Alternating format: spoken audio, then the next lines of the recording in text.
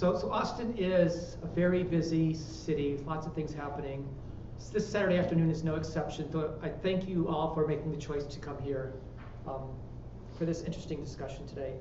The topic is Generation Screwed, how American politics and policies have hurt millennials and what can be done about it. How many people in the audience would identify as millennials? We could identify one. How many would say kids were millennials? Yes. How many would call themselves baby boomers? Pretty much everyone else. We'll be gentle.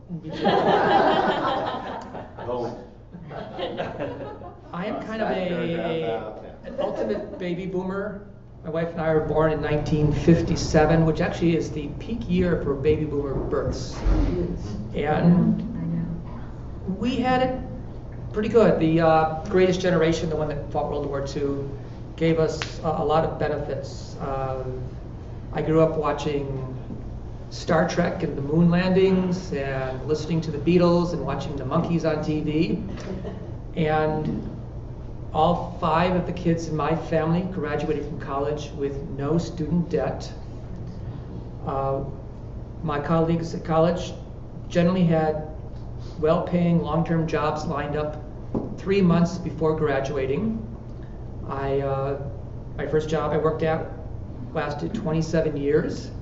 I'm going to retire with something called a pension. The young folks in the audience, if you haven't heard that term before, I'll explain it afterwards. It's a really bizarre concept. But we've done a lot. Baby boomers have done some good things. We built out the internet, but we are leaving the next generation with a situation where they're saddled with tremendous student debt. Housing is very unaffordable. We are nowhere near being environmentally on a sustainable course. And we're leaving them with a government that is somewhat dysfunctional, to put it mildly. So we probably have a lot to answer for in the end, and we may get into that discussion here. But it's going to be more about the millennial generation on this panel. And you can throw your stones at those of us who are responsible for problems later. We're going to use the usual format. I'll introduce the panel members one by one. They'll get roughly 10 minutes to talk about their specific topic. We may have a discussion or two, a discussion among the panel members, and then we'll open it up to audience questions after that. And we'll try and end with enough time for you to come up and talk individually with the panel members if you want to. Okay, so we'll start with Kevin McLaughlin. He's a product manager for a group called Student Loan Genius. It's a company that helps other companies pay off student loan debts for their employees. Kevin, let's take it away and tell us what you have to say. Sure, yeah. So I know Greg has student loans. I have student loans. Do you have student loans? I'll tell you a quick story. I got very fortunate. My dad actually worked his whole life at a public university in Philadelphia, so I got tuition remission. Nice. Yeah, very good. Good job. Thank you. I know. Thank you, Dad. So Greg and I might be the only people who have student loans in the room, unless Josiah does. I don't know. Long story.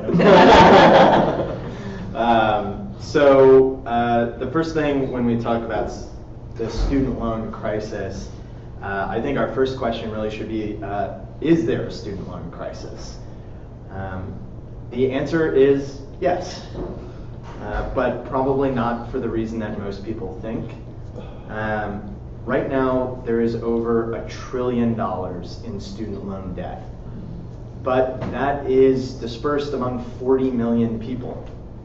That means that 40 million people went to college who presumably couldn't have gone to college or gone and gotten as much education as they did. So in one sense, student loans have been an incredibly successful government program.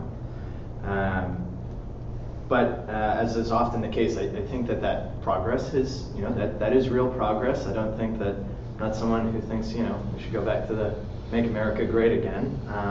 But I think that this progress has created a couple of issues.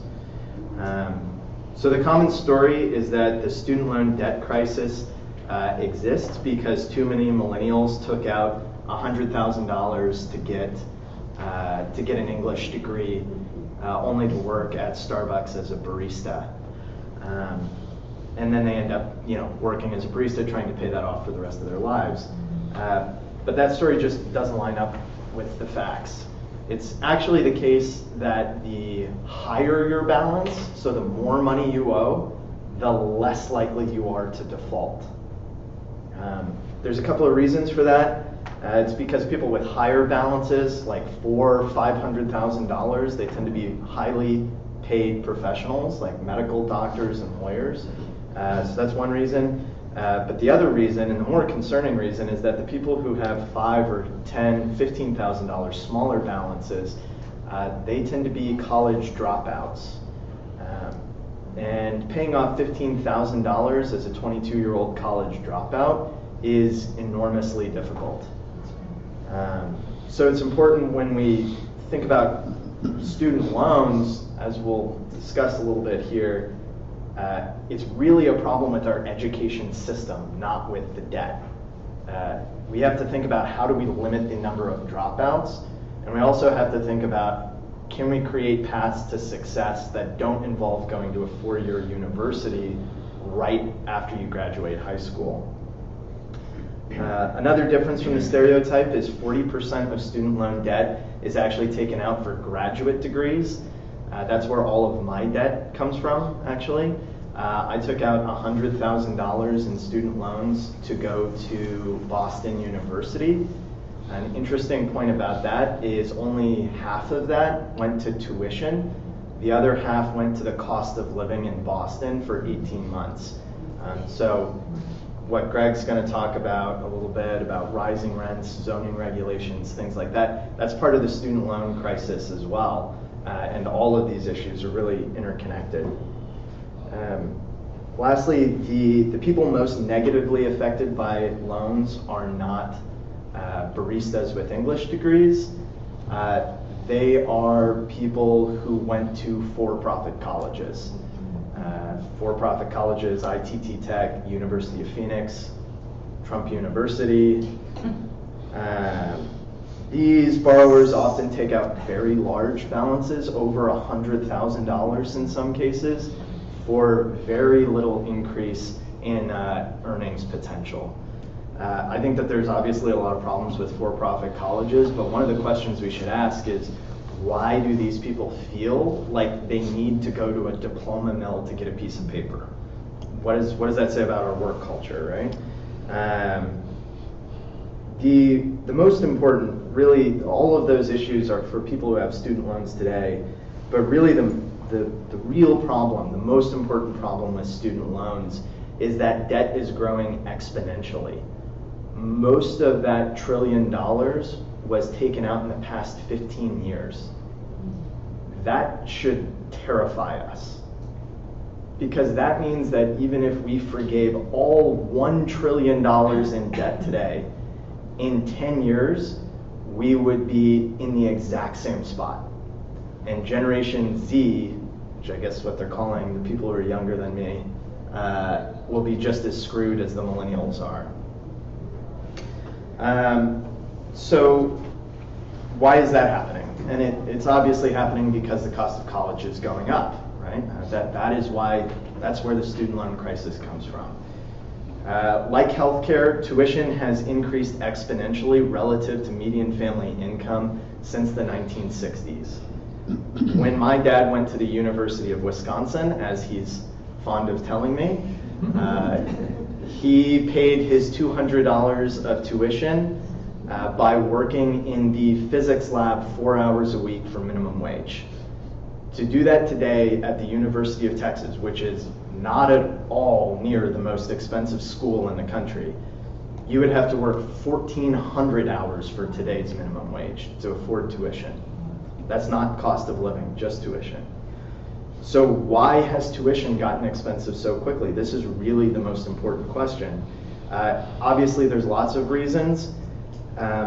But I think that at least part of the problem is that universities have no incentive to be cost effective. If you take out 30,000, one of you decides to go back to school and you take out $30,000 in loans, you will be responsible for paying that back. The federal government really wants you to pay back that money because, if you don't, they're going to be stuck footing the bill. But the university really doesn't have to worry about whether or not you can pay back your loans because you're going to have paid your tuition when you graduate and you're going to pay your loans after you graduate. I'm not saying that the universities are evil, not at all. I'm just saying that the structural problems with student loans don't really give them, it really makes it impossible for them to be cost sensitive. So I don't have an easy answer for this. I don't think that there's a just sort of a quick fix. I think there's a couple of policies that would help. For the acute problem of people with student loans today, we should make student loan interest payments tax deductible beyond $2,500. So it should be like the mortgage interest rate tax deduction. If you're going to write off mortgage interest rate, I think you should be able to write off student loan interest rate, or interest payments, sorry. We should also make student loan benefits tax advantage like 401ks. When people graduate school, they get a job. If you have $50,000 in debt, it's kind of hard to save for retirement, so that seems to make sense to me. We should keep public service loan forgiveness around. That looks like might not happen, but we should definitely do that. And we need to let people handle student loans in bankruptcy. Right now, if you file for bankruptcy, you can get rid of all of your debt except student loans. She's trying to do the right thing, clearly. But I just think we haven't caught up to the fact that universities have gotten incredibly expensive, right? So what she was saying was true 20 years ago. You couldn't have spent better money than on educating yourself, right? That's still true today. I just don't think that we've caught up to, we need to be cost sensitive about education. So I don't know a good way to make an 18-year-old not think that they're going to be a millionaire when they're 24. Can I chime in on that? Yeah, that was so my experience. When I'm embarrassed to tell this story because I was such an idiot. But when I was 18 and looking to go to school, like I said, my dad had taught my whole life at a public university in Philadelphia where I grew up, Temple. And I, of course, was an obnoxious teenager and wanted to go anywhere but there, even though it was free tuition. Right. And I applied to all these other places and really wanted to go to NYU and was totally sold on it. I was I'm going to take out $50,000 a year to go to NYU, and was really, that was my decision. And I was I'm a smart person, I think, but when you're 18, you you just can't imagine that. And thankfully I had parents who were smart and were no, you cannot, we will not, they were we're not going to pay for that, but we're not going to allow you to take out those loans either. You cannot do that to yourself. You have to do this. And now I think about it, I'm thank God, I have no student debt, and I'm one of the only people I know who has that situation. And I was about to make a stupid, idiotic decision because it's hard. Even if you're an intelligent person, you get good grades in school when you're 18, it's hard to know that. And I remember going on tours at all these universities, and one thing that still sticks in my mind, they tour around, they always say, anyone want to guess what our #1 major here is? And every school would say, oh, it's undecided. It's totally fine if you don't know your majors. Come on anyway, and you can take your time to figure it out. And then that's how you get stuck there for 5 years and 6 years. And of course they say that. And those kind of things. These are even public schools are good. Schools with a good reputation. It's need to be doing, I think, a better job of recognizing that for a lot of students. No, that's not okay. Spending an extra year means a lot more money. That's a waste of time. It's not a place to just explore when you're spending $30,000 a year. Yeah, and I think, go ahead. Yeah. So I went to UT a couple of times. I'm very thankful that I did, but I went back for more. And so I got this in the mail today. Yeah, I have $102,000 of federal debt, and I don't regret it. So here's the thing: I definitely don't regret it, and I don't think that I'd be able to have the life I have, or be able to do any of the things I choose to do, but for that education in a lot of ways, because so many doors remain shut unless you can You know, kind of it's a barrier to entry in a lot of ways. You kind of have to have certain degrees to do certain things. And maybe it shouldn't be that way, but that's just kind of the way it is. And so, you know, understanding that I'm happy I made those decisions, I then watch what tuition's done since I've graduated, and every single year it's going up a whole lot faster than income's going up, and many, many, many times faster than income's going up, and a little bit faster than even housing prices are going up. And so, and you know, here's the rub though: it's $700 last month on interest and $80 in principal. And so I did the math one time, and it's something like in the next, I don't know, 1,000 years I can pay this off. But it's okay. Again, this is good for me. I just worry that eventually there's going to be so much cost with school that, and I'm already hearing it with a lot of younger people. They're like, well, I don't know if I want to take on all that debt, so I'm just going to go do this. I'm like, okay, like that's just a really big decision for people to start to think about. I don't need to go to school because it's too much debt. And it never was that way before, and that's just a conversation we're going to have to really tackle and come up with solutions. Yeah. Can I ask you a weird personal question? No such thing. Go ahead. People in your situation, does that have an effect on whether people are likely to want to marry them? Well, or maybe we attract each other because my girlfriend is $60,000 in debt, but here's a conversation we've also had, which is we're probably not going to have children. And I'm not going to say it's because of this, but I'm sure this plays a little bit of a role. And of course, our family's like, "What? Stop it! Don't say those things." Well, we're serious. Like, you know, we don't know how serious we get in time, but it's been 2 years, so it's kind of serious already. But yeah, we probably don't want children. And you know, what role this plays, time will tell. So, with the possible exception of a specific guidance counselor, we got through that without any baby boomer bashing. Yeah, that's right. I think she was a Gen Xer. So. But I can be a basher for something else. Okay. So I did have an opportunity to look to see, because I taught at the university for so long. And you know, in 2003, I guess it was when deregulation occurred for tuition and fees. But I don't know, in something like 1985, the state was paying like, I don't remember, 54% maybe of UT's budget for tuition and fees. And now it's down to 12%. So Yeah, somehow, that's it. somehow That is it has, it. somebody has to pay for it, right? That can't explain it though, because private universities which have never received federal fund or Right. state funds have also had their tuition Sure, go up. it doesn't explain everything, but it does explain what a little bit about if the money's not coming in from one direction, it has to come in from another direction in order to stay the same. And the other thing that's grossly different now from when, let's say, our son went to school, is that Pell Grants were available. And Pell Grants, it seems to me, are not nearly. So Pell Grants were government scholarships, right? Not loans. And the Pell Grant system sort of almost evaporated and was replaced by loans. So there isn't any choice anymore, which was really quite problematic. Part of that though is like the amount of money that the states are giving to schools, it's really the same, it's the same cost problem. The amount hasn't dropped off very much, maybe in Texas, but like in California, they're still giving more absolute dollars to universities, but the percentage is minuscule now.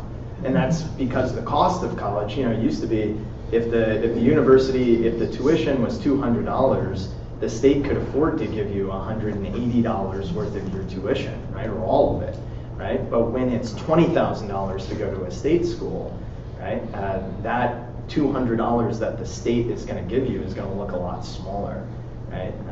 So it's absolutely part of the problem, but I think, you know, the real underlying problem is still going to be why is a university education, why has the cost gone through the roof, right? And you know, I think you'd be hard pressed to convince me that it's because the quality of the education has grown exponentially, right? You know, just given class sizes and things like that, right? And so, and it's also just interesting, we talked about this a little bit, this is just a discontinuity. I don't know what the answer is here, but UT's tuition's going through the roof, and they also have the biggest endowment that they've ever had, right? Like UT's endowment rivals most countries' GDP, right? So that I think merits an explanation, but again, I don't think it's evil UT administrators. I just think it's something. And I'm sure, Greg might touch on this too, but one thing that is always one of my pet peeves about like the living side of things you mentioned, like a lot of these public universities, like the public school where I went, like the dorms and these new buildings they build for students to live in are extravagant and way more expensive than anything I ended up paying for apartments like when I graduated school and was like actually living on my own income that I was making and not on, and they would pay, it's like $7,000, crazy amounts of money for these fancy, ritzy dorm buildings that they force freshmen to live in.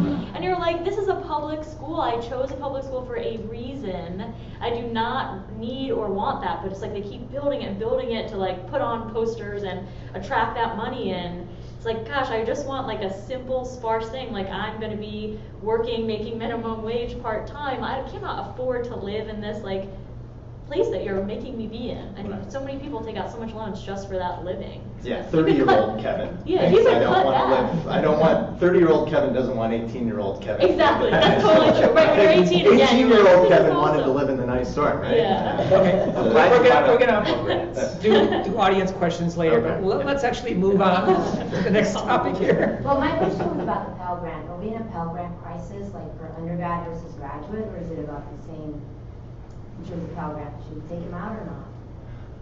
Let me jump in real quick on that one. Okay. So I'm really glad you guys can talk about Pell Grants. So when I moved to Austin, I was an 18-year-old high school dropout, and I had zero desire to go to school. And 6 years later, I even dropped out of AISD when I got here. And it just wasn't right for me, right? And so when I finally realized, like, oh wow, everyone has an education except for me, which wasn't the case, but it kind of seemed that way. And I just started to talk to folks, and ACC was so great, and they helped me get my GED. And then they were like, look, like, school is not out of reach for you because of this thing called the Pell Grant. And they showed me everything, and like Pell Grants are the thing that really allowed college to even be a possibility for me. And there were a lot of folks in my same boat. We all kind of talked to each other, and I'm kind of learning more and more that it's in jeopardy, or there's so many things getting cut, and it's devastating for all of us. I'm excited to hear you kind of address your question a little bit. But another big thing, we'll talk about this in a moment, is while receiving Pell Grants, I was able to find housing for $400 a month in Austin, really close to campus. And that just doesn't exist anymore either. So, Okay, Amy, you're up next. Let me introduce Amy Stansbury. She's co-founder of a Functional Democracy, which is promoting a booklet called A Beginner's Guide to Local Government. And she's going to talk about millennials in our government system. Yeah. Amy. So I'll kind of start tied on what we've been talking about. One of my big, I think how I got into being interested in this issue of younger people getting involved in politics is back in college again, tied into the same thing. I went to a public school, and they were, our governor announced that he was making really big cuts to the amount of funding coming from the state, going to the 3 big public universities in Pennsylvania. And even though, like I mentioned, I was fortunate enough that I had tuition remission, I was passionate about this, like this is a problem. And so the university rented out like 10 big buses and bought a bunch of lunches and said, anyone that comes and meets on campus at this time, we'll bus you all to Harrisburg, the capital, and we'll have a lobby day, to kind of talk about why we don't think the funding should be cut from our university. And so I showed up on that day, and like I said, the university rented all these buses, got lunches for everyone, bought t-shirts. 10 kids showed up on the day of the lobby day. 10. They had to turn away all these buses. They literally threw away the lunches. And this is a school that has 40,000 kids in it. And 30,000 kids, 40,000 kids who went to a public school for a reason, right? Because affordability is an issue. And yet didn't show up. And like that to me is one of the biggest, like I see that happen over and over and over again. And of course, like it's not just related to that, but eventually like the budget was cut for the education system, right? Because we didn't even try. We did not even try. And probably the elected officials knew that we weren't going to vote anyway. anyway for them, right? So why does it matter? And to me, that's like, that has been a driving principle for why I'm interested in this. And it's like, I know people like love to hate on millennials, like, well, maybe if you would just like get off your ass and go, then, and whoa, this wouldn't be a problem. And I think I think in some part, like, it's easy to say that. But I think it's a little deeper than that, and I think there are these really direct cause and effect things, and a lot of times I talk to fellow young people and they complain about these issues like crazy, and the first question I always ask, I'm like, did you vote? Do you vote in the election? And it's always no. And so about a year ago, I just finished doing this project, A Beginner's Guide to Local Government. I have a copy, I'll show you guys. Where I got together with some local artists in town and created this activity book thing geared towards millennials that teaches people how to get involved here in Austin's local government system, and it talks about who the mayor is and what he does and why it's important and how to go to a city council meeting, what district you live in. It comes with like stickers and was made by local artists and is humorous in a lot of ways and kind of geared at that age group of trying to make this stuff relevant to people. Because I think in preparing to do this, we did a lot of interviews with UT students, young professionals in Austin, and just asked, you know, like, what is it? What is making it so that you're not going to the polls? What has prevented you from getting involved in local government here? And, you know, one of the big things that I hear from people is like a relevancy issue, especially when you talk about things like state and local governments. Which a lot of people tend to ignore. And I think they don't realize, you know, you'll ask young people, what are you passionate about? And they are passionate about a ton of things. You know, I don't think there's a lack of passion there. You know, they'll talk about things like climate change, or they might even talk about education, or, you know, criminal justice reform, or social justice, or whatever the issue is. But for some reason, that is not tied to government. It seems like it's existing in this separate space for people. And I think that's a two-way street. I think in one part it's because government doesn't really try to interact with young people at all. You know, like these elected officials, are they going to UT's campus and talking on them? Not a lot. And that's a two-way street, right? Why would they go if they know students aren't going to vote? So it's kind of a chicken and egg thing. But you see that a lot. And so one of my big missions has been trying to tie a lot of those passions that I think people know about at the national level and make it really clear and obvious that that's happening right in your own backyard, and there's a lot of ways to participate right here that are actually effective. Because, you know, young people, their vote, especially in big national elections, they're voting in them. I mean, maybe not as high numbers as people would like, but they're participating. When you look at the local level, it's like not even registering. I mean, barely anyone participates in local government. And our last big mayoral election here in Austin, which is 2014, we're coming up on another one now, 85% of eligible Austinites did not vote for our mayor. 85%. So that means that Mayor Adler, who's serving us now, was picked by 15% of eligible voting Austinites. That's crazy. You know, we're a big city. We have 1 million people. How many folks here voted? If you live in Austin, if you don't live in Austin, it's irrelevant. Not by 15%, but by a majority of 15%. A majority of 15%, you're exactly right. And out of that 15%, less than 5% of those people were millennials, even though that's the largest age group in Austin. It's the largest age group in the country. They certainly do not vote. And there was a really great study out of the University of Portland called Who Votes for Mayor?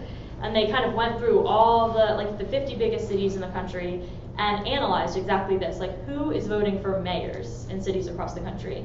And it's crazy. You can see, you know, in Austin, voters 65 and older have 7 times the electoral clout as voters, millennial voters, when it comes to just that local election. They looked at kind of the average age gap between the average age of a resident in Austin and the average age of a voter. In Austin, that's like 15-year gap between average age of a resident and average age of a voter. Again, in those local elections. And they even did a really great map where you could see in that mayoral election what's the voter turnout in different parts of the city.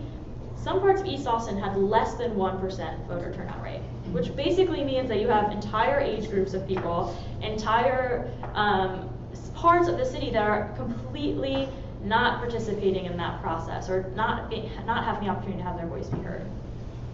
And, you know, I feel like it's easy to just say, well, just vote then, right? It's not rocket science, but I think that there's something a lot deeper behind it as to why people are not turning up. If they felt like if it was a rational thing to do, they would do it. They're smart people. And I think that's kind of part of the big disconnect when I talk to a lot of young people, is just this feeling of not really having been served by their government, and the same thing with, when you look at a lot of minority groups as well, not having really been served, and so there's kind of this disconnect of like, I'm not a part of this process at all.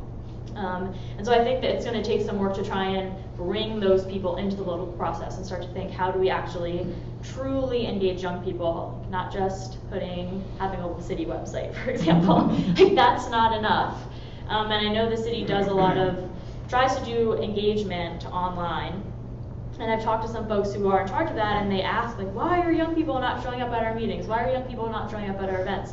And the truth is, it's not going to come up. Like, as a young person, I'm not going to Google where is City Hall or who is my mayor. I don't even know to Google that. And so it's not going to pop up. Or it's a social network thing is big. It's like, if none of my friends are engaged in this process, go to events like this or go to events at City Hall, then I'm never going to see it. Whereas older generations are much better at that. And so then it seems like obvious. Like, of course everyone knows that this big city council meeting is happening this week. That's all I see when I go online, right? But if you're not in that friend group and you don't know anyone else that's doing that, then you have no idea. You have no idea. And I think that's kind of the big disconnect in trying to figure out a way, how do we start to spread that out and get more people tied into that space. I do a lot of talks at universities and young professional groups around town, and the first question I always ask, they say, just please raise your hand if you can tell me who Steve Adler is. And almost never does any single person raise their hand. Almost never. And so I started doing this thing where I videotape that and then I email it to Mayor Adler. Because you should know, right? It's like, I think that sometimes we get trapped up, like people who are really engaged at that level, and politicians who are really engaged, they forget that there are huge segments, the majority of people in their city, who have no idea they exist and are completely disconnected from the process. And so I think that, just as much as I'm out there trying to rally millennials, put the onus on them some, and bring them into City Hall, I think like those politicians and political figures need to be out there doing that, especially in a city that has such a large percentage of young people living in it. Austin is like, the percentage-wise, we're the largest millennial city in the country. And yet it's just like completely not there when it comes to politics. And I'm sure like we'll talk about it more, but you can see that play out in a lot of the policies. I was at a meeting one time, I forget, they were talking about bus transportation, and someone asked, they were like, oh, they're trying to debate if they should have late night bus transportation or buses going late. And someone, like a political person, raised their hand and said, why would we even have buses past 11 o'clock at night? And nobody said anything. They were just like, I'm like, I know why. I know why. Because there are lots of, like, if we have a drunk driving problem in this city, perhaps we should have buses past 11 o'clock at night. But there's just no one there to say it and speak for themselves. So I think there's a lot of work to be done in that space, and that's kind of what I've been trying to do with this book project and doing a lot of speaking around town. And I think, especially if you're trying to bring millennials in, what I try and do is, I don't hold events that say, learn about your local government. No one's going to come to those, right? Do you want to chime in on that? Quick question. What role do you think our education K-12 and our universities have in educating people about this? I think that's a huge component. Like now, more and more civics is not taught, or a lot of my peers I talk to, it's like you learn history, which is supposed to be civics, kind of, but it like stops at like the Vietnam War, like the last thing you learn about. So you don't learn about any of the really important stuff that's informing what we're doing right now. And I always say it's crazy, like when you get your driver's license, when you turn, however, you have to take a whole class and learn like how to drive, right? When you turn 18, they're just like, go vote. Like you don't know what a comptroller does. You don't know what the district judge does. You don't even know what the mayor does. You don't even know his name. And then you're supposed to go in the ballot box and vote.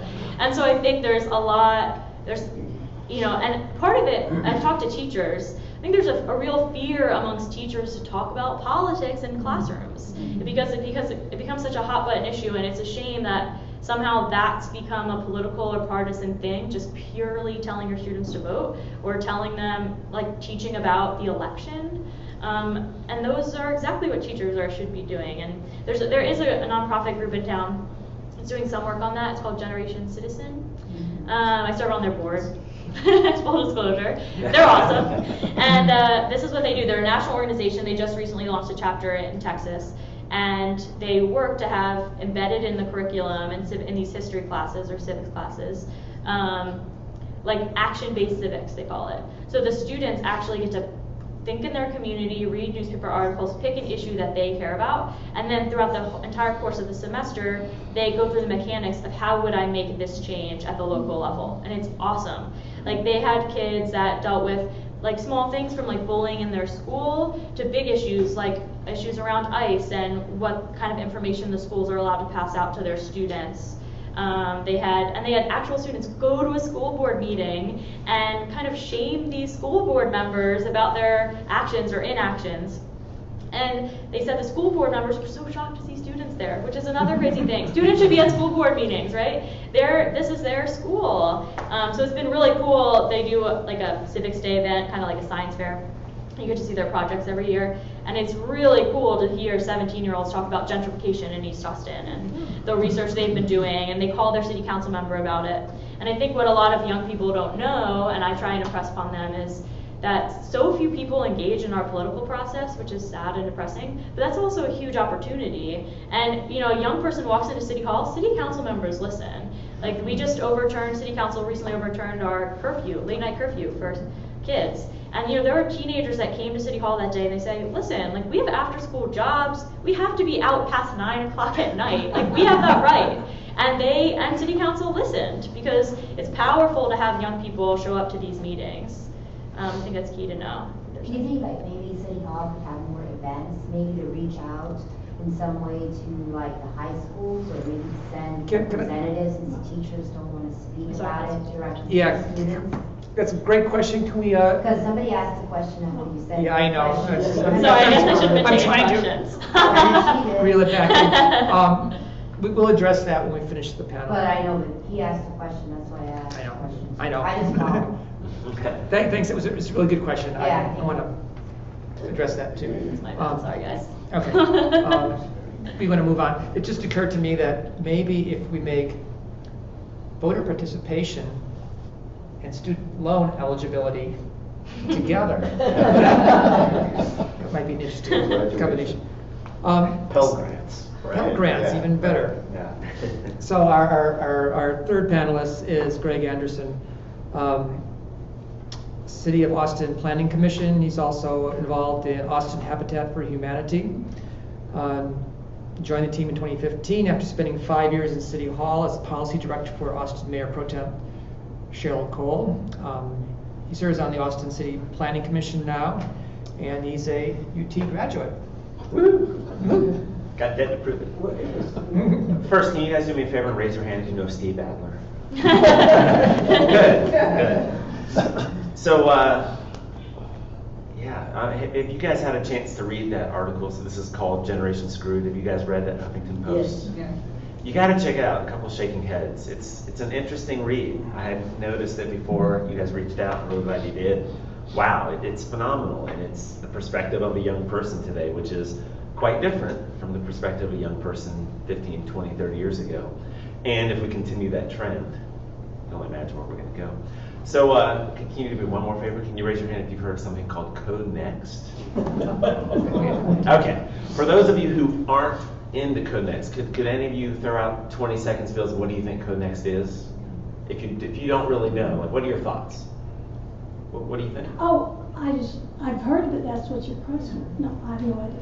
Heard of it? Zoning maybe. It's a very complicated, very long set of plans, which is being revised over and over again for what the future of Austin should look like. And from what I understand, it's very difficult to read and has to be voted on at some point. So basically, By someone. Maybe by council. somebody, and basically, you know, they're trying to get an opportunity for people to review it before and to lay it out and make it clear before people vote on it. Yeah, go ahead. One more. It's all about zoning, basically. It is, yeah, exactly. And it's supposed to be a considerable simplification relative to the 30-year patchwork of zoning regulations that we've got now. That takes months to wade through if you're trying to I see build one more something. hand. Is the bottom line is focused on making Austin housing, living more affordable? That's a big part of it too, yeah. You're all hitting the nail somewhere on that head, yeah. So it's a rewrite of our 1984 Land Development Code. And so yeah, Land Development Code kind of dictates what you can do and where. And I was with Mayor Pro Tem Cheryl Cole. I hope most of you know Cheryl. I was with her back in the day when we were doing Imagine Austin. So there's never been a single document in Austin's history that more people collaborated on and got together and created than Imagine Austin. That's our current comprehensive plan. So it's kind of the vision of the city. Just think way up, looking down. What's the vision of our city? What do we care about as a community? We care about the environment, fostering transit, health, education, all those great things, and they're all in there. And there's 8 priority programs within Imagine Austin. And one of those is to rewrite our land development code in a more predictable, compact, and connected form. And immediately there were some folks that would just bang down my door. Why is this in there? We don't need this in there. And a lot of these folks were kind of the usual suspects that would also bang down my door whenever something was to get rezoned, like they wanted more height, whatever, like immediately, that's just gonna ruin the neighborhood. And we have to hear from everybody. If someone's calling, I'm going to take that call. But I knew enough about our land development code, as did Cheryl and all of her colleagues, that we knew what we had wasn't working. I mean, if you think about 1984, what is 1984 in Austin? If you go back, so our population in the metro area is about 350,000 people. Ronald Reagan's president, and it's just consumed, right? Like just, we have endless amounts of energy and resources. Go out and use it. And in a lot of ways, that's kind of what that code was all about. It was like just greenfield development, just marching further and further out in your big old 2,500 square foot home, and you're going to drive your single occupant vehicle everywhere, and that's just going to last forever. No. We've realized a lot of things in the last 30 years, much of which is that's just not sustainable. If we all live like that, then we're all going to live in our car, we're going to destroy this planet very fast. There's no planet B. And so Code Next, unfortunately, it is a complicated document. And a lot of that happens to be just for the simple fact that if you make it really, really easy, you're going to leave 1,000 loopholes in there. And so I'm Director of Operations for Austin Habitat for Humanity. And I'm back into that a little bit just to say, back in the day, we used to just build single-family, single-story homes. That's all we did. It was very affordable for us to build. It was cheap. It was easy. But even we as an organization have realized we can't do that. Missing middle is kind of the big buzzword that's come out of Code Next over the last 5 years. We've been learning a lot about it. And so if you think about what missing middle is, you have these single-family homes, and then you have these 200-unit buildings, and there's very few things in between. What about the 3 to 6 units and all those types of developments that are a lot more affordable? Does density equal affordability? No. Does density make it cheaper? Yes, it can. It can. If there's so many, if the goofiness of a land development code is still prevalent and construction is still incredibly difficult, then it's probably not going to get you much in the way of affordability because they're going to be able to maximize those entitlements. But if you make the entire land development code easier and more predictable, the regulations easier and more predictable, and get the entitlements where we need them, then you can get a lot of that affordability to be passed on to the buyer. One huge thing that's happened in the world, especially in America over the last 15 years, is that return to the city. This article of Generation Screwed does a good job of looking into this and kind of narrating it in a very fun, you gotta look at it, it's really great if you haven't seen it. And if you talk to a young person, I talk to UT students a lot, and I was in there the other day, there were about 40 students in there. There was a map of Austin up on the wall that someone had up there. And I was like, okay, how many of you graduate, let's fast forward 5 years, you're all earning $101,000 a year, congrats. How many of you want to live right here? And I pointed to Westlake, and I'll just say, how many of you want to live right here? And I pointed to North Austin, South Austin, East Austin, other side of 183. No hands. I was like, how about in here? And I pointed to the middle of the city. They're all just like, every single one of those hands popped up. Wow. Yeah. They really want to live in walkable environments. How many of you guys live currently in a walkable environment? Depends on how you define What do you mean by Okay, how do I define it? What do you mean by walkable? Sure. Okay, let me ask you this. Let me ask it differently. How many of you take a car to get your groceries. Are you talking about walkable environments in urban cities, like in Philadelphia, where, you know, there's like a lot of urban renewal things going on? Or are you talking more like calmer, you know, slower paced walking environments where, you know, you don't have to look over your shoulder, you're not gonna get mugged, you're not gonna get robbed? I'm talking about, yeah, how many of you actually walk to the grocery store every time you go to the grocery store? I can't remember the last time I took a beat. I know Why it's would I do difficult. that? Like, Yeah. in a third world country. Yeah, and Why so would I wanna do that? in Austin, you know, we have, what's that? I can't carry Good, it, good, I can't good. carry it back, so why would I do that? Right. I need a car. You know, Yeah. I know I'm gonna buy more than what I, you know. Well, I can do So in a that. lot of I have- cities, I have in a lot of many cities, that's habits. just the normal vibe. You kind of pop into the grocery store 2-3 times a week, you buy what you need for a day or two, and that's just kind of the way it goes. And that happens in really urban environments. I get it when you have 3 kids, 4 kids, it changes things. And that's why you have the dynamic of a HEB that can't exist unless you're showing up with an automobile. But Code Next is trying to get more walkable communities and more transit out there as well. So right now, we have bus rapid transit, so if you think of those, there's kind of a change in the way we think at Cap Metro and our regional services, where it used to be coverage. We want to reach you, even if it's once every 40, 50, 60 minutes.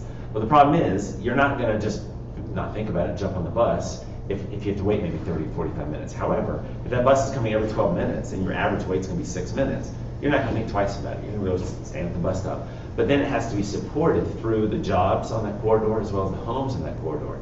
In our current entitlements in Austin, entitlements are what you're allowed to build.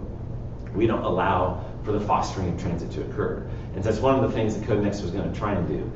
Now it's in the political quagmire. And so draft 1 had a lot more kind of fostering of transit, a lot more missing middle than draft 3. So draft 3 was the very last thing that staff put out, and now they're passing on the planning commission. Do you guys know Jimmy Flanagan? Yep. Well, that son of a gun put me on the planning commission. So now it comes to us, and so we're going to look at it, and we're going to hear from you guys. And we're going to hear very different sides. We're going to hear from young people that are like, good Lord, let me live in the center city without having to have a 7,000 square foot lot. A 7,000 square foot lot is a really great way to make sure young people don't live next to you, to make sure anyone who's lower middle income people don't live next to you. However, if you allow for more homes on those lots, then you will, by default, can allow for more people of different backgrounds, different circumstances to live in that area. And then that's a big argument of, okay, well, are you going to destroy my land value? Because I've also been told you're going to destroy my land value and price me out due to taxes in the same sentence. That's what Code Next is going to do. It's going to make your land worth absolutely nothing, and make your land worth so much you can't afford to live there. So there's unfortunately a lot of misinformation out there. We would love it so much. I think everyone would love it. There were a lot more young people involved. There's kind of the same 200 to 300 recycled faces, of which I am one, kind of involved in this issue. But now that it's about to go to the public, so May 28th and June 1st, I think those are the dates. So planning commission. Can I ask you a question? Look at the demographics in this room. Right. We're supposed to be talking about millennials. Right. What do you think about They all went to downtown because there's this other competing event, is what I hear. Oh, okay. There were a lot of millennials wanting to be here right Yeah. now. Thank you for coming. Thanks. Thank you. Austin's a busy place. So last thing real quick was a comic that I saw one time that kind of speaks a lot to zoning, which is, it was a 2-picture comic. And the very first one was a mom talking to her daughter, honey, I am so sorry that you can't afford a place to live in our community. And then on the next one, the top said, later that evening, and it showed her standing up in a group like this yelling, no, development is bad! And just thinking through what that means. If we make all future development impossible to happen, then by default you're making it less predictable, you're making it all more expensive. I mean, I've even been told working at Habitat that I'm an evil developer, and I'm like, do you understand what we do? Like, 1 home or 1,000 homes, my salary is the exact same. We're just trying to build homes for hardworking Austinites. But we can't do it alone. 95% or more of what you see out there on the ground was market produced. And so if we make it darn near impossible for the market to produce housing where the market wants housing, and remember, the market's not an evil word. We are the market. If we don't agree with something, we're not going to go there. That's going to fail. We are the market. And if we produce something that we want to buy, it's going to succeed. And so just kind of thinking through that and thinking through what development means. If any of you aren't involved in Code Next, I beg of you to just check it out a little bit more. But it's been all for me. So Greg, I bought my first house for $48,000, and I've been at other Code Next meetings. Up it by 10%, I'll make you do it right now. Other Code Next meetings where they talked a lot about trying through rezoning to make more affordable housing. And someone pointed out that these desirable areas closer to central Austin, the plot of land itself can often go for $600,000. Yeah. How do you put an affordable house on a $600,000 plot of land? Right. What do you do for the millennials? Right. Have you guys heard of the difference between big A affordability and little A affordability? So big A affordability means it's income restricted, meaning if I produce it today, it's either got a subsidy to it or it's an affordable housing bonus program of some kind, meaning I got more entitlement and I was required to build it. But for 40 years, that's going to be required for a deed restriction or community land trust of some form to be affordable for a rental person, rental family earning less than 60% MFI, or for 99 years earning less than 80% of our median family income if it's going to be ownership. And those neighborhoods, if you looked at draft 1, everything in the center city was given some kind of density bonus program or affordable housing bonus program. And what it meant was, sure, if you have that one home on it today and your lot itself is worth $600,000 or $700,000, our current code kind of entices you to tear it down and build another one-for-one replacement, which doesn't do you anything. And you can be darn sure that on a $600,000 plot of land, that home that they're going to build is going to be well over $1 million. A good rule of thumb is 20 to 25% of your land price is going to be your sales price. So multiply it by 4 or 5, and that's the sales price. However, that first zoning category that came out was called T4. Nomenclature that's gone now. But that was going to allow you to build 7 or 8 units on there if one of them was income restricted, big A affordability. And the fight that killed that in large part was, well, there's a lot of small A affordability. You're just going to blow up the neighborhood. And the consultants were very clear. They're like, look, you're going to have incremental change, about 1.5% per year redevelopment. And that's going to happen kind of before Code Next and after Code Next.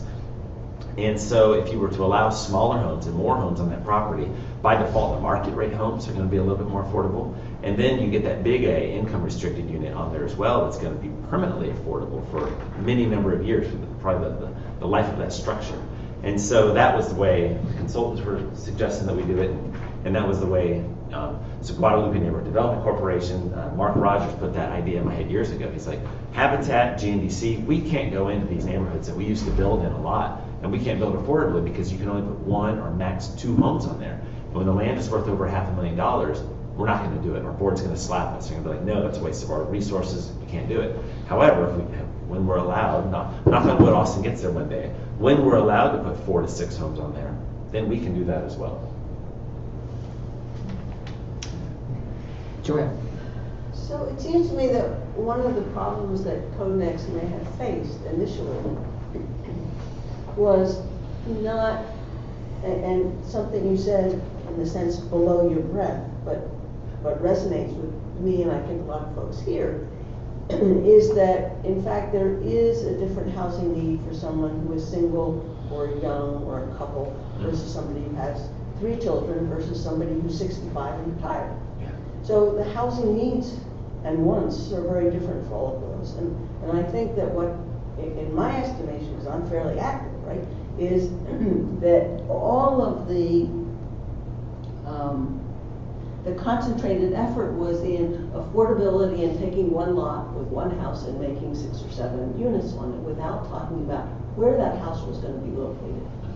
Right? And so those people who lived in a single family home, let's say in my neighborhood, thought, oh, well, somebody's going to buy one of those lots and change it into a 6 unit. Fortunately or unfortunately, where I live is a PUD, so you can't do that, right? The PUD is designed the way it is in perpetuity. But I think that may have been one of the PR problems that occurred initially. And I wonder whether you agree or disagree or... Yeah, and let me be clear when I say that. I don't mean like tearing down one house and then a whole bunch of houses on there just covering up the whole lot.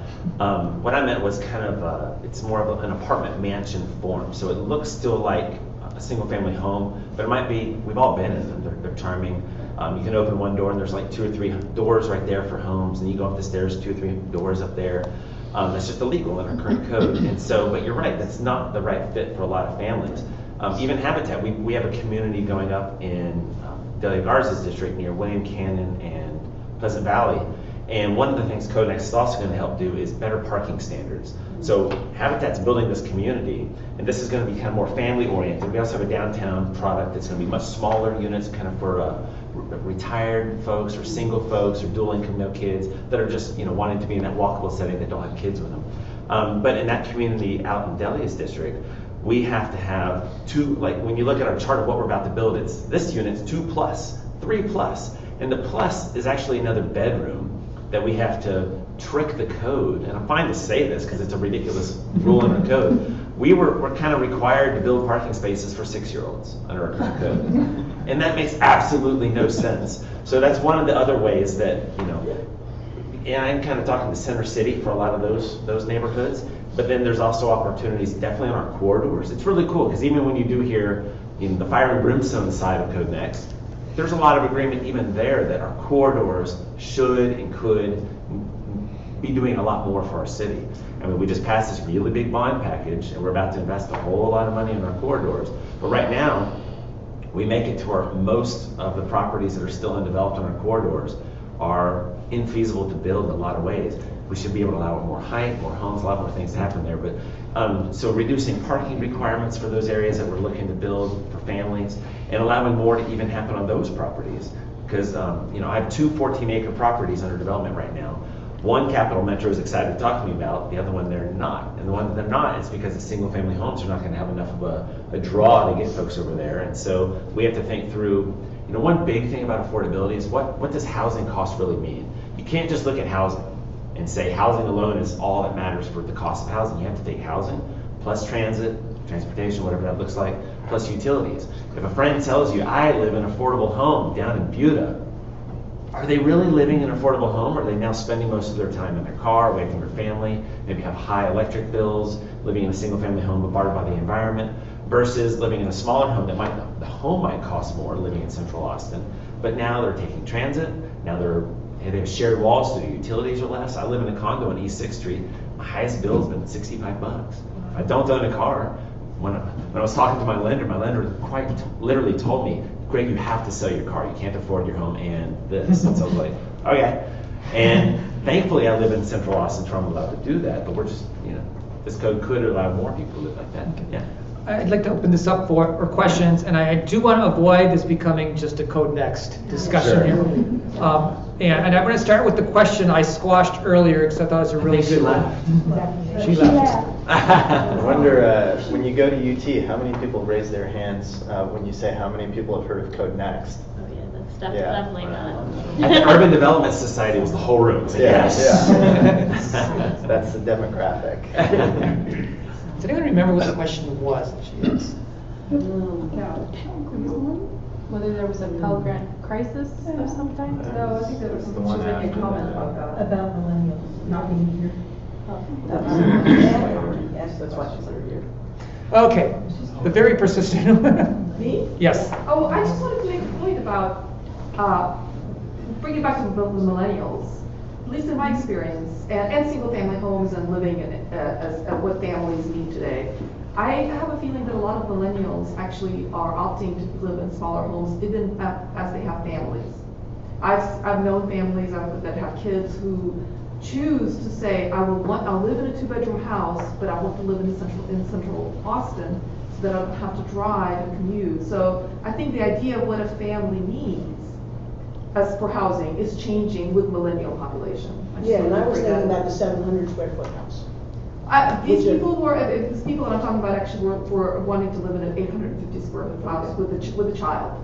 And they were fine with that because they wanted to live in a very central, walkable, bikeable, accessible community. And I think, again, because I have millennial kids, and one of them doesn't have a car, and many of his friends don't have cars of his age because some of them didn't learn to drive. They have no interest in owning a car. They want to live in a place where they can either walk, use public transit, or bike.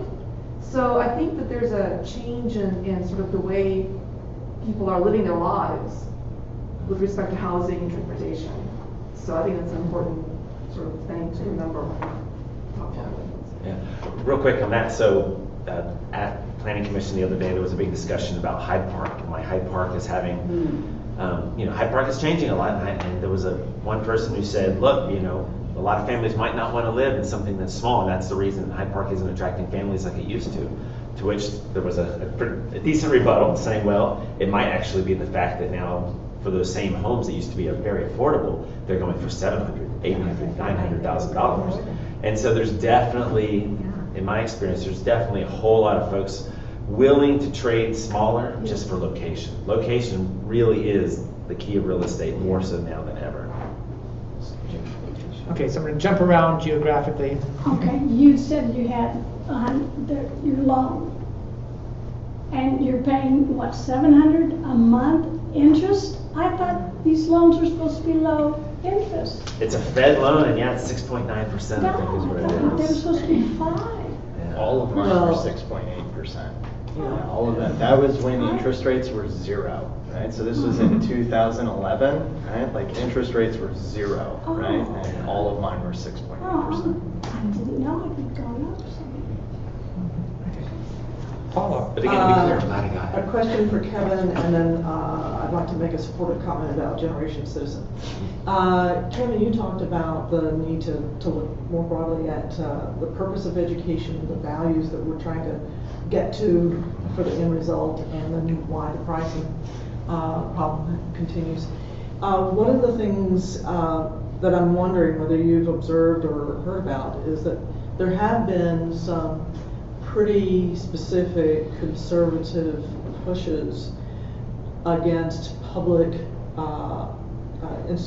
public colleges to drive the curriculum to none of this nonsense like the music and the art and you teach them to do a job. And so I wonder if we're getting to a point where public schools are going to be under so much pressure to not have broader curriculum,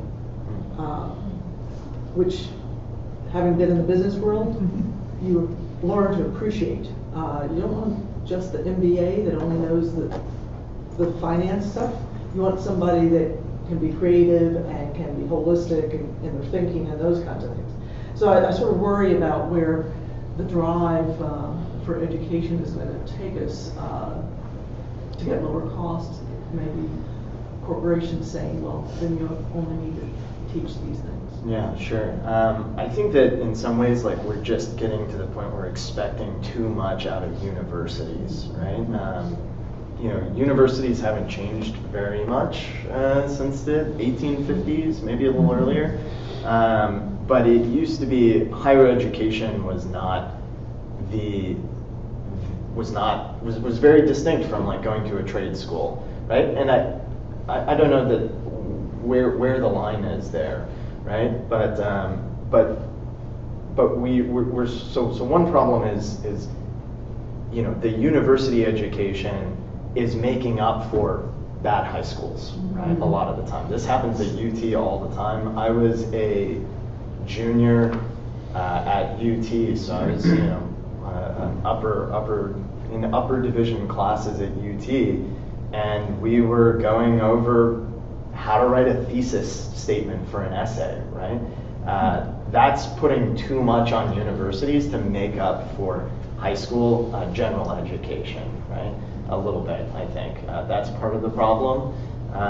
But yeah, I think that it's reasonable to expect that if someone gets a university degree, that there's going to be some increased earnings potential to that, right? I don't think that that's unreasonable to expect of universities, but I don't think it would be good for the business world, much less society, if we just had like a bunch of people getting MBAs, right? Like, interesting just thing about MBAs, the best predictor of your income after an MBA is your income before an MBA. So questionable how much MBAs actually increase your earnings potential too, so yeah. And just in support of Generation Citizen, which I've known about since it got launched here in Austin, and I highly endorse it. And by the way, they need volunteers people that can spend time with younger folks in school, people that can get more support and coaching around subject matter. Someone like Greg's knowledge on Code Next. There are 3 or 4 teams out there doing Code Next and gentrification issues. Yeah, they bring speakers from the community into the classrooms, which I think is really key. Like when you learn about in places where you're still actually taught some degree of civics, which isn't as common.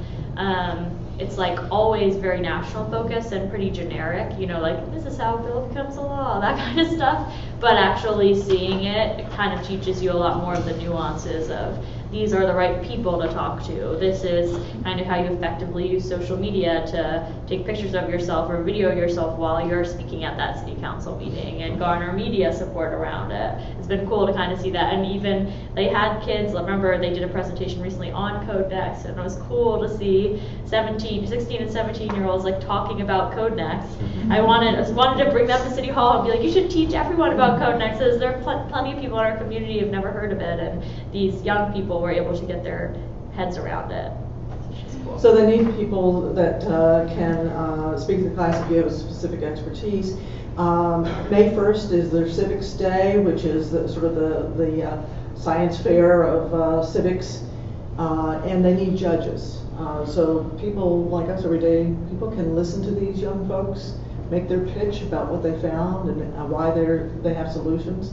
And so I would encourage you all. I don't know whether there's a way, if people, a specific thing, if they want to volunteer for the Civics Day judging. Yeah, you can just come talk to me after, and I'll get your email. Okay, go this side. Yeah. Kevin mentioned early in his talk about the benefits to society of student loans, that there are 40 million people who have student loans and therefore probably wouldn't have degrees at all if the loans hadn't been available. And at another point, Kevin said that universities and colleges really have no incentive to cut down or to control their expenses, because students can always take out more and more loans to pay those expenses. Greg mentioned that he was so glad that he'd been able to go to UT to get that degree, because that opened up so many job possibilities that he wouldn't have had otherwise. And I'm wondering if we're not seeing the effect of these 40 million people with degrees makes it easier for employers to require degrees where they're really not needed. There's an awful lot of certificate bias in employment nowadays, where degrees are required for jobs for which really there's no inherent need. It just makes it really easy for the employers to filter people out. Cuts down the number of applicants. You can just say, well, you don't have a BA, so forget you, no matter what your talents may be. So I'm just wondering if we have sort of an interaction here between the availability of student loans and the flood of people with degrees that cause this demand for degrees to be artificially high. Yeah, I think, and this is what I was actually kind of trying to get to with your point, is when we're expecting too much of universities, we're expecting them to be institutions of higher learning, and we're expecting them to be, high school diplomas, right? Or making up for what a high school diploma used to mean, right? Or a sort of a trade school kind of, right? And I think that that's absolutely the case. And I think that we need an alternative path to success than going to a 4-year college. Especially, for me, I think I probably should have gone to college. That was a good thing for me. Very happy with the education that I got. I'm not sure I should have gone to college when I was 18. I'm not sure that 18-year-old Kevin had his head together enough to really know what he wanted to do. In fact, I know because I got a film degree. And all my debt comes from the fact that I went to go get a master's degree in engineering. So my parents paid for my film degree, and then I paid for the engineering degree, and I worked a lot harder on that engineering degree. So yeah, I totally agree. And I'll just add anecdotally, I'm not I don't have numbers on this, but something I've seen and see a lot is this idea of, especially like the nonprofit world, journalism, where I spent a lot of time, and where they want you out of school to work for free for long periods of time, and bill that as a job, and which you have to have a degree for. You know, I remember one of the first jobs I applied for out of school was at a newspaper, and I sat down for the interview and everything, and I was like all excited about it. And then at the end, they were like, "Oh, you know, this is unpaid." I was like, "What? I just graduated from school. I can't do unpaid." And I think that's like a common occurrence, and that also, you know, has a lot of issues with equity. It's like only certain people are going to be able to then spend the next year after they graduate college, in which they were already forced to take internships, to do additional internships, and not make money. You know, and you kind of see that in some different career paths. It's like you still have to do that. They still want you to have work experience. Of course, given the state that newspapers are in nowadays, you kind of understand why. Right, or even on, yeah. In terms of rethinking the whole degree program and so on, I've always said that these things date back hundreds of years, where you could go to school for 4 years and literally learn everything there was to know in a field and be pretty sure nothing was going to change in your lifetime. That is not where we're at now. The red jacket here. My name's Clyde Anderson. I was born in '46, and I had two very influential grandmothers that helped raise me. And they constantly spoke of the Depression and the New Deal. And as I was growing up and finished high school, all I heard about was the way the government is my best friend. It saved me. It saved my grandparents. It saved the farm that I grew up on. I bought the farm from my uncle, so they could all have a place to go and die, because they didn't want to go to one of those places. But during the time that I was out of high school, started college in '64, failed because I couldn't read the textbooks, ended up in Vietnam, came back in 1969, and basically by 1979, I earned more annually than I earned with a bachelor's degree and 2 master's degrees when I was just recently retired and removed from federal service because I didn't get along with the Dodge dependent, the Department of Defense dependent school system. But what I'm trying to express is that about the time that I reached my zenith of salary as a welder and a heavy equipment operator, the whole system changed to the government is the enemy. The government is not our friend. Let's get rid of it. Let's downsize it. Let's strangle it, okay? Till we can put it in a bathtub and drown it. And so for 40 years, the people that are now millennials have been subjected to learning the government is bad, the government is bad, the government is bad. And so now we've got people in the audience saying, where are the millennials? Well, hell, we told them to leave. Yeah. Okay, and now we're at this point where we can either help them come in or bring them in. My nieces and nephews have been telling me since I was in my early 60s, quit your job, retire, so I can go to work. And tell all your buddies that are 65 to quit, because I want a job. Yeah. So now we're to this point where we've got really active millennials that are getting involved in all kinds of major movements nationally, and both parties are going to try to subvert them and crush it, because they don't really want the millennials to have that impact. And I think that in my own sense, I'm just so glad to see the Black Lives Matter, Moral Mondays, March for Our Lives, and I'm so happy because I don't see a whole bunch of gray-headed old people like me standing at the podium telling these young guys what they got to do. And so I say, okay, I'll help, I'll do what I can, but I'll get out of the way too. Panel members, do you want to? I mean, I'll just chime in. I think one thing that I do see a lot sometimes is this idea of people talking about the idea that it's important to bring more people into our political system, that it's important that we register people to vote, it's important that we have these open political systems, but then when it's tested. Seems like that's just something people say. You know what I mean? That like the reality is that they don't really want all of these people participating when it starts to go the way that they didn't originally intend it to be.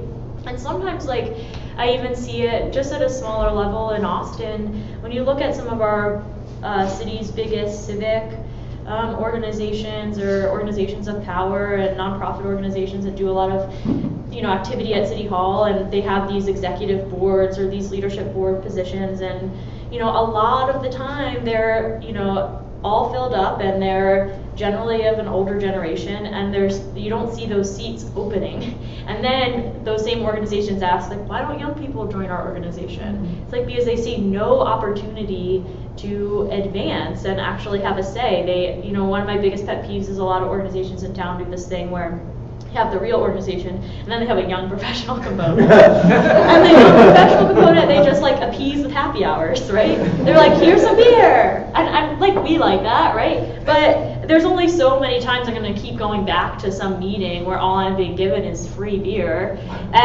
but like nobody listens to any of my ideas, right? And it doesn't need to be like a complete, like, oh yes, you're brand new, let's do everything you want to say. Like, it doesn't need to be that. Obviously, there's a learning process, but I think that a lot of organizations in town could do a better job just kind of integrating or providing some opportunities to at least a path to leadership.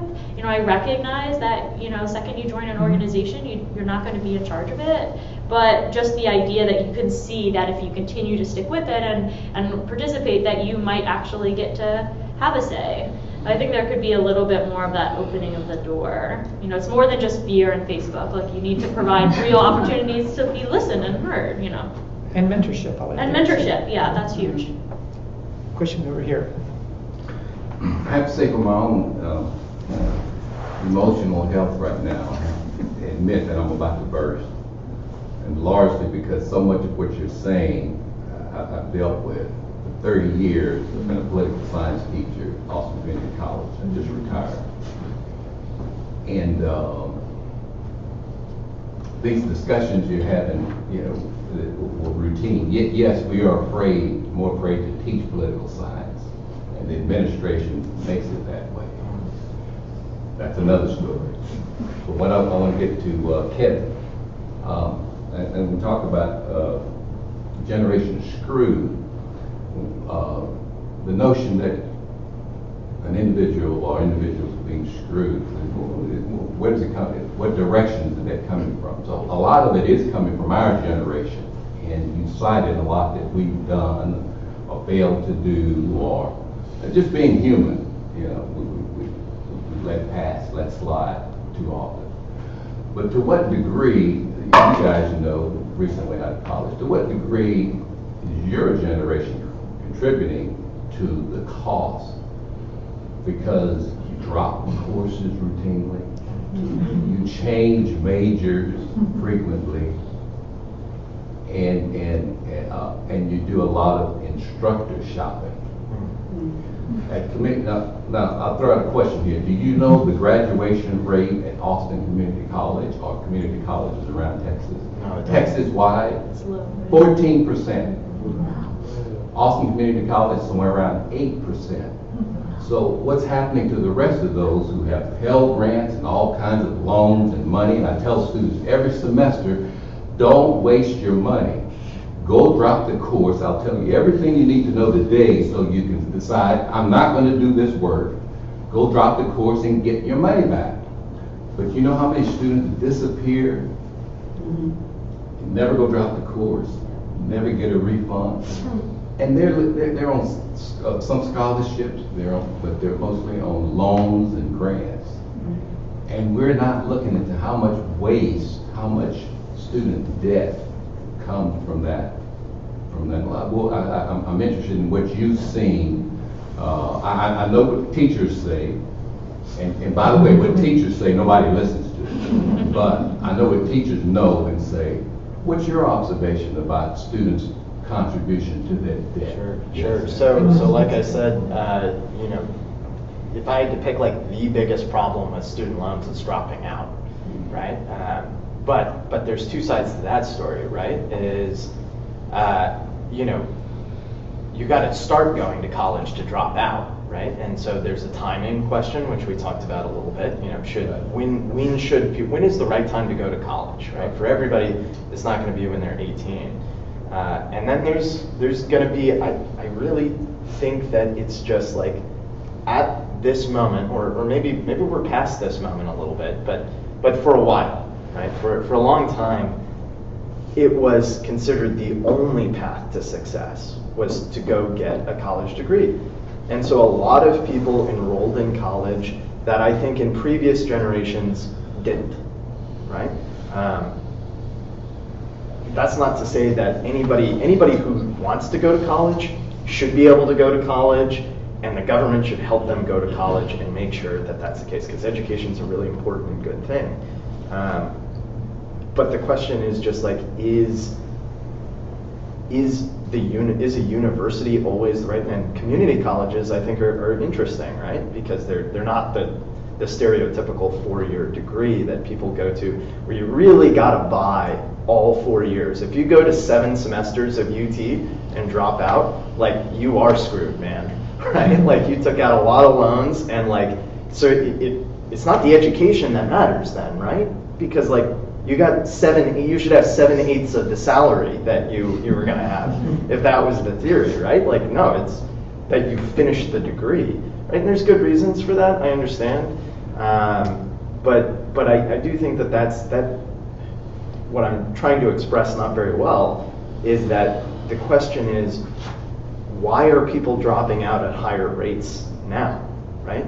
And part of it may be that a lot more people are going to college because to work at Enterprise Car Rental, you have to have a college degree. That's required now, right? So, no, literally, Enterprise Car Rental requires a 4-year bachelor's degree, right? Clearly they don't need it, right? So there is some filtering going on there, right? As far as the personal responsibility point, which is what I think you're getting to,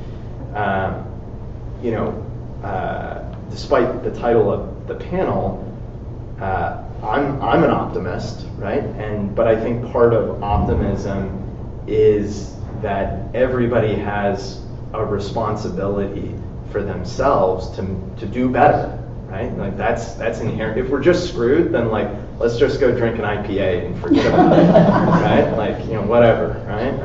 But if there's really a chance to make it better, then like, it's incumbent upon us to do that. And that really is kind of the political engagement thing too. Yeah, right? And to be fair, like, one of the things that I see, I'm sure as a teacher, I don't even know how you didn't like just go crazy with students sometimes. I could never be a teacher. Sometimes I go and do these talks, and I've done them before to like political science majors at UT or journalism majors, and ask some of these questions, and I'm like, why are you a political science major if you don't know who the mayor of our city is? Like, why are you a journalism major if you've never read The Statesman? Like, if you've never read a newspaper, why is that crazy for me to ask you when's the last time, even if you've read it online, right? And you can't answer it. It's like, then why did you pick this major? Or even I get interns that come and I'll interview them and try and just have a conversation about, what is it that you're interested in politics? And they just are like, and I'm like, what's going on here? and so I think to some extent, I try to talk to students about that. I think some of that is maybe tied to personal responsibility, but two, I think maybe they just picked a major at random sometimes and aren't really passionate about it, and then kind of got to a place where it was like too late to switch, and so they just were like, I guess I'm a political science major now. And I think there could be, I don't know, there's something there about, is it waiting longer before you go? Is it better coaching? Is it a program where sometimes colleges where it's like, if you don't pick your major in the first semester or two, you're kind of trapped. Otherwise, you're going to have to stay longer. I don't know, maybe it is trying out a bunch of classes at ACC first before committing to something at a 4-year school, but I don't know, I do see that. Yeah, and I think that there is a point about like, one of the problems in education is that it is certainly when I was in high school, everybody was elated to go to college, and it wasn't to learn about civics. Right. That was not what my high school friends were excited to go to college for, right? And so part of the problem, I think you mentioned it, is like man, the dorms, they are really nice now, right? And so universities are a little bit like a startup. I work for a startup, and there's lots of startups that like they work really hard, and then they get like $100 million in funding, and then they go get a ping pong table, start offering free lunches, and like buy really expensive office space. And it's not, the product can still be really good that they're making, but the extraneous expense of all that stuff does nothing to help the end goal of the institution. And so there's absolutely a cultural problem with the way that we think about universities as like a place to go, like a nice country club for the next 4 years, and then like I'll figure out what to do after that. Is that like, that certainly ultimately falls on the responsibility of the millennial, but it's also a question of like, why, how did we get there? When did that switch happen, right? And how can we do something different? If we tie it back a little bit to the article also, and thank you for teaching for so long, it's a really big deal. So I had a Lyft driver last night, a young black man, and he just finished his master's at Texas State, and he's driving a car. It's all he's doing right now is he's looking for work. And we're going to Cheryl Cole's party, and I was like, well, dude, like, park your car and come in, like, have some food, meet some people. He's like, okay. And so he came in, he was eating, and we were gonna leave, and we were gonna go to Natasha Madison, another candidate who's running for another office. And I was like, dude, do the same thing, just meet people. You're looking for a job, why not? He's like, I can't afford to. He's like, I am behind on all my bills. Mm-hmm. And, if you look at the article, it talks about how much more college expenses are now than what they were for our parents. And then also housing costs are just unbelievably more expensive now than they were 15, 20, 30 years ago. I looked real quick before I came, and income last year in America went up 2.9% roughly. Housing costs in America last year, 7.6%. And this has been happening over and over and over. We looked over our clients, Austin Habitat's clients, the folks we've served over the last 5 years, and their income has gone up 1.7% per year on average. And we know what the housing costs in Austin have gone up in the last 5 years. And it's unbelievable. And there's all these, zoning used to be a tool. Do you want a smelting plant going next to your home? No, you don't want to breathe terrible, terrible things. That's where zoning came in. That was its first use, and that's a very commendable use. It makes sense not to put zoning next to our elementary school, not to, allow certain things to be next to each other. But now zoning's used like, oh, multifamily wants to move in next door. They're different than us. They're going to earn less money. They're renters, so obviously they don't care. There's just all these terrible, terrible, terrible things that were allowed to happen in zoning now, that zoning is used as a tool against people, especially against young people, especially against low and middle income people. And so, I couldn't imagine trying to go to college now and trying to live in Austin and having anywhere near the same experience. And I only did it 15 years ago.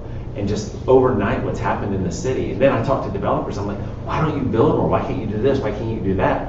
And I have 2 developer friends that are moving to other cities because they're like, I'm sick of getting beaten up in Austin. I'm gonna go live one's moving to Nashville. Like in Nashville, it's very easy to build, and they want the product on the ground. They want to keep, they want to allow X, Y, and Z to happen. San Antonio is where the other one's going, and it's just like, so we're gonna chase out these folks, and then the developers that are staying, we're saying that they're the worst people in the world in a lot of circles, and it's just like, there's a lot of things going on here.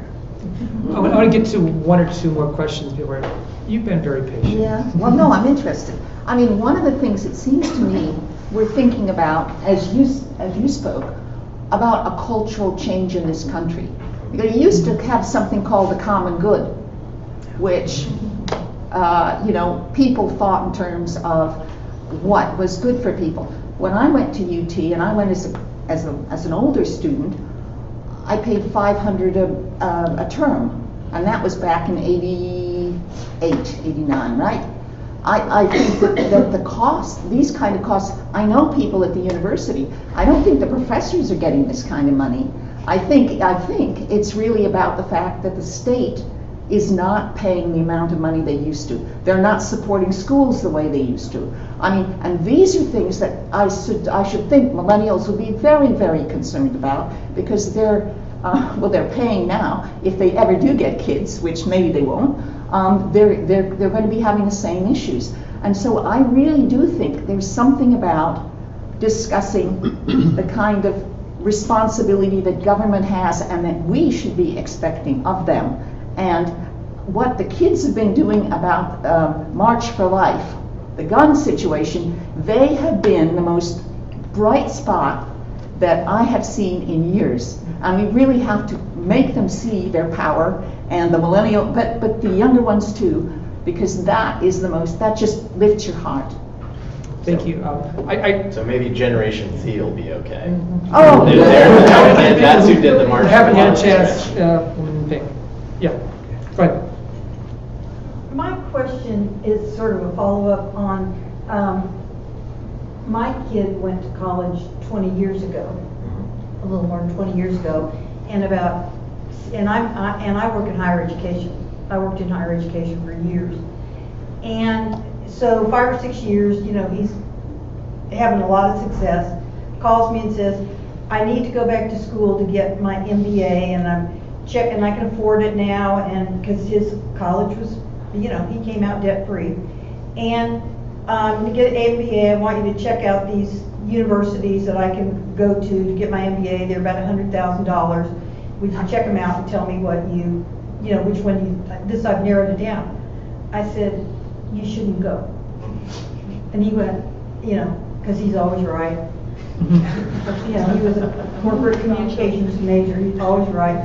So I said, he said, you're in higher education, what are you talking about? And I said, you don't need an MBA. And he was like, I can't believe you're, you know, anyway. So he didn't go back and get an MBA. I said, let's narrow down what you need, and then I'll tell you how to get it without going back to school and wasting $100,000 getting an MBA that you don't need. Now, he happened to have a mother in higher education and a father in higher education. They're not, millennials don't want to listen to us. I get it.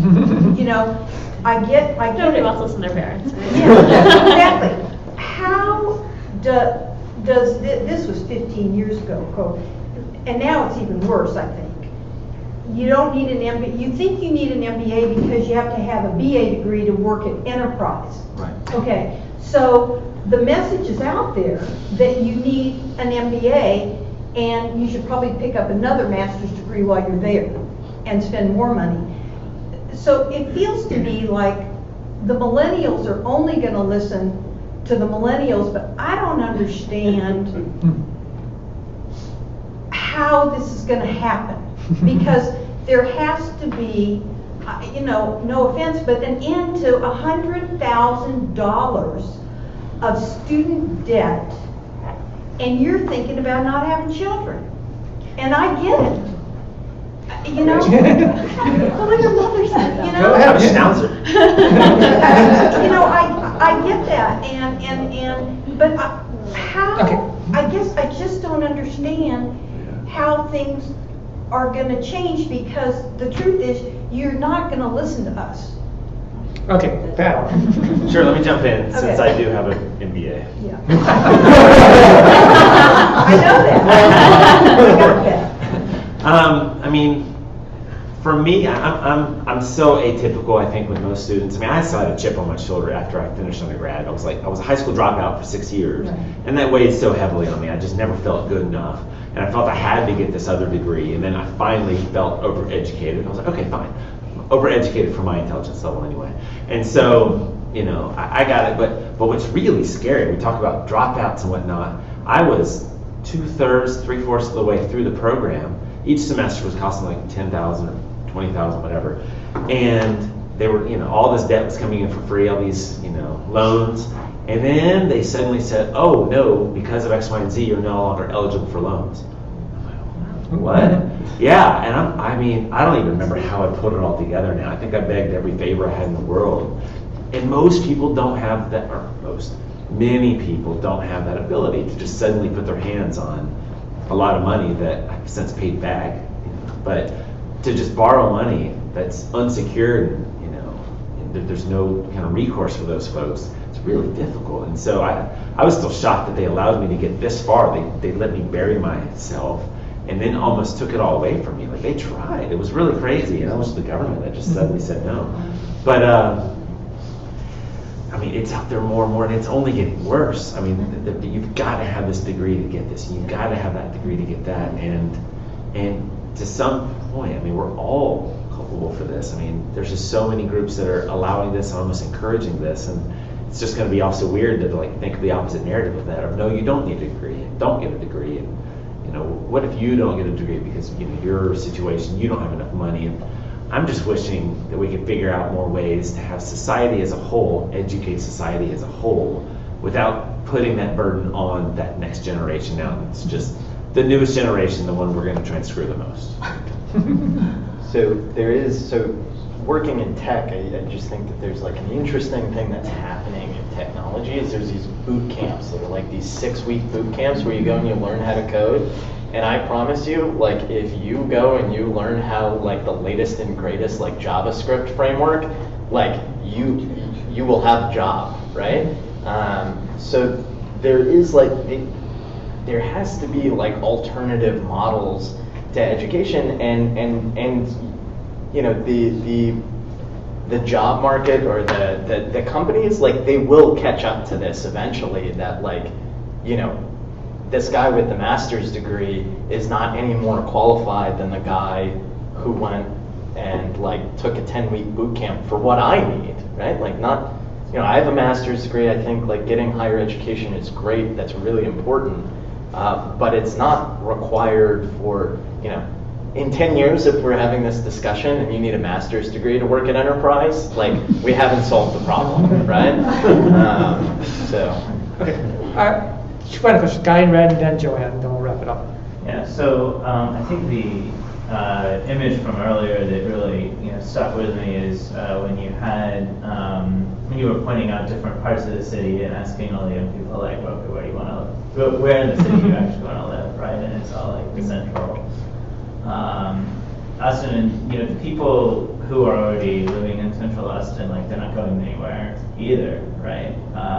And so it seems like we have the technology to allow both, the young people and the people who've been there for, 30 years to all, coexist in the same space. Like, what are the things we could do in either the code next process or beyond to enable that to actually happen, right? And enable a code that doesn't, or enable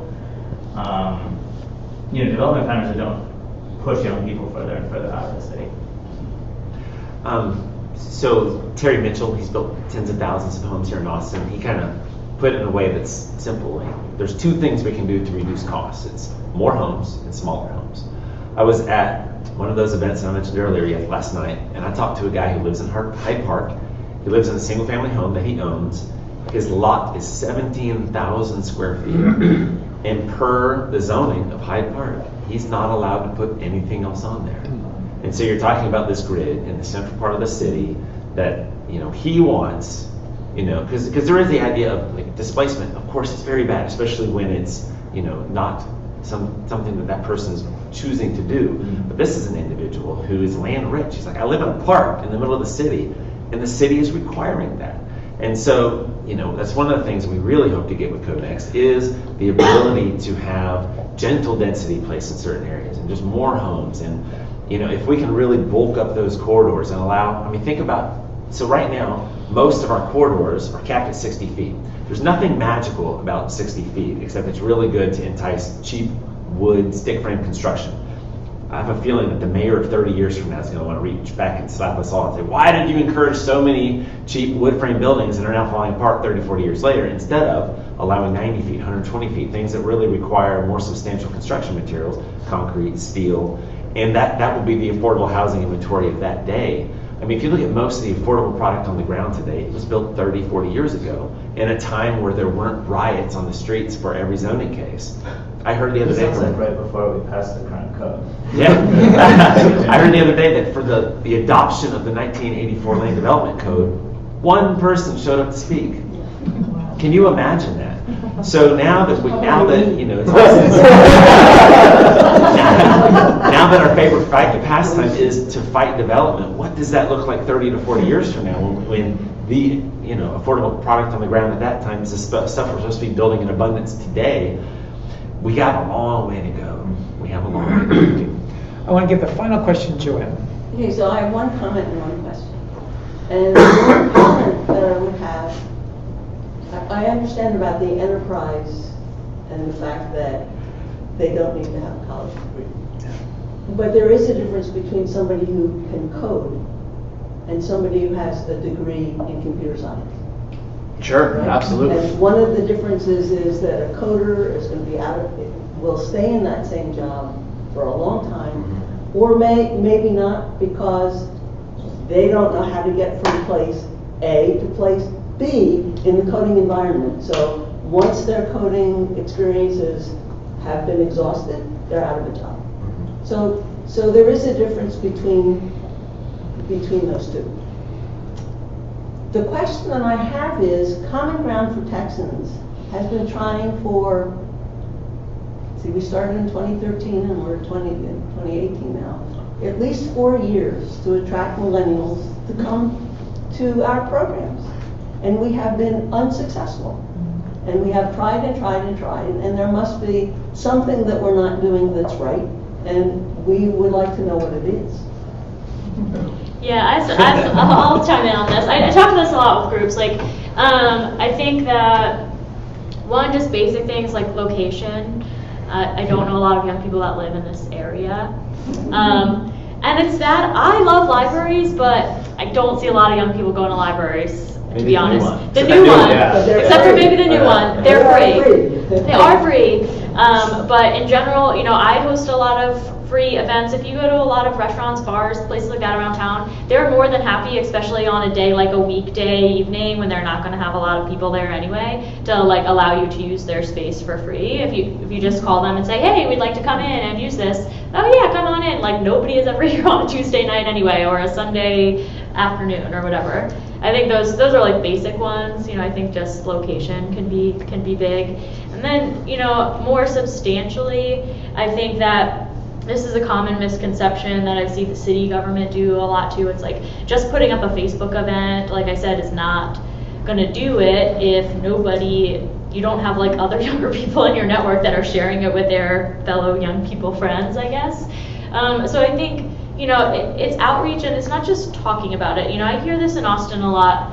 Young people are a very small component, but especially when it comes to issues around diversity. You just hear all these big organizations, a lot of them that lobby and things at City Hall all the time, being like, why don't we have more young people? Why don't we have more people of color?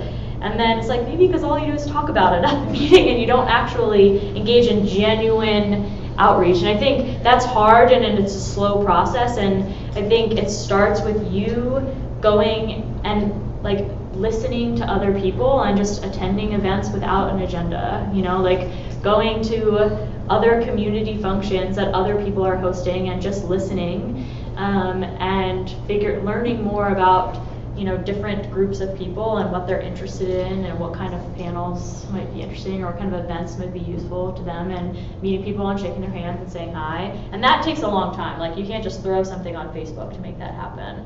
But I think that's something that everyone in Austin could be doing, because I think in general we're super segregated, and young people are guilty of it too. We don't come up to this area a lot, right, either, and that's at a fault. I'm part of the Young Chamber, and sometimes we get in our little bubble too of just talking about things that everyone under 35 thinks, and then you start to be oh, everyone thinks the same way I think, right? And that's not good for anyone. It's a problem we're having in the whole country. But I always try and encourage people, go online, find an event that you've in a place you've never been, with a group of people you've never met, and just go and listen, and observe, and start to just try and meet new people. I think that's just a genuine good place to start, and then it's not so outrageous for you to be hey, come to this event. Even what you said you did, you invited your Lyft driver to go to that event. Just starting to, it's small steps, I think, that eventually. Can I give a teacher's response to that? Yes, I would love a teacher's response. If there's no sense of urgency, it's not gonna happen. We forget our youth. We were not motivated. We were motivated because the Vietnam War was drafting us and our friends. That's the only reason. The kids, I'm going like the movement, the shooting. Yeah. What do they call it? March for Our Lives. March for Our Lives. They're motivated because they're being affected directly. If you don't find a way to create a sense of urgency in any person, especially a young person, there's an immediate connection. It's not going to happen. Black Lives Matter, there's an immediate connection. So with that in mind, then you can begin to think about, well, let's take some other approaches, the strategy. So maybe Donald Trump will help with that. Yeah, he is helping. By the way, he's the best thing that's happened for democracy. Well, maybe not to democracy, but for it. Because people are finally paying attention. We scream and yell after years. You got to understand democracy and government, and there's this much understanding in this country about democracy. I mean, it's the reason, yeah, I mean, now Donald Trump has opened it up, and everybody's saying, what the hell's going on? And he's challenging, he's mirroring our negatives and the things we swept under the rug, and that periodically happens. That's what happened in the 60s. Things been swept under the rug, were dragged out, and people got active. It's happening again. I told my millennials many years, it's coming. You guys are going to get motivated because for one thing, you know, you're going to have to fight a war somewhere if you keep electing presidents who want to start wars. And then that's going to be, and ladies in the classroom, by the way, you're going to be drafted too. So that's a great topic for discussion afterwards. I want to thank our panel members. This has been fun.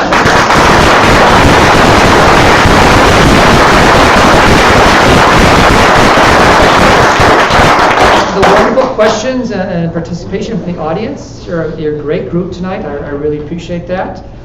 Thanks, Joanne, and the rest of the Common Ground team for putting this on. And do we have any, I don't know if there's any coffee or cookies left? There are. If you're not on the mailing list, please feel free to sign up for notices on future events. And all I ask finally is, those of you who are able, please help us collect the chairs afterwards. And I'm also always supposed to say that if you like the coffee and the cookies and what we do and you want to give a contribution, you are welcome to. I always forget. We don't have any expenses because we can be in the library for free.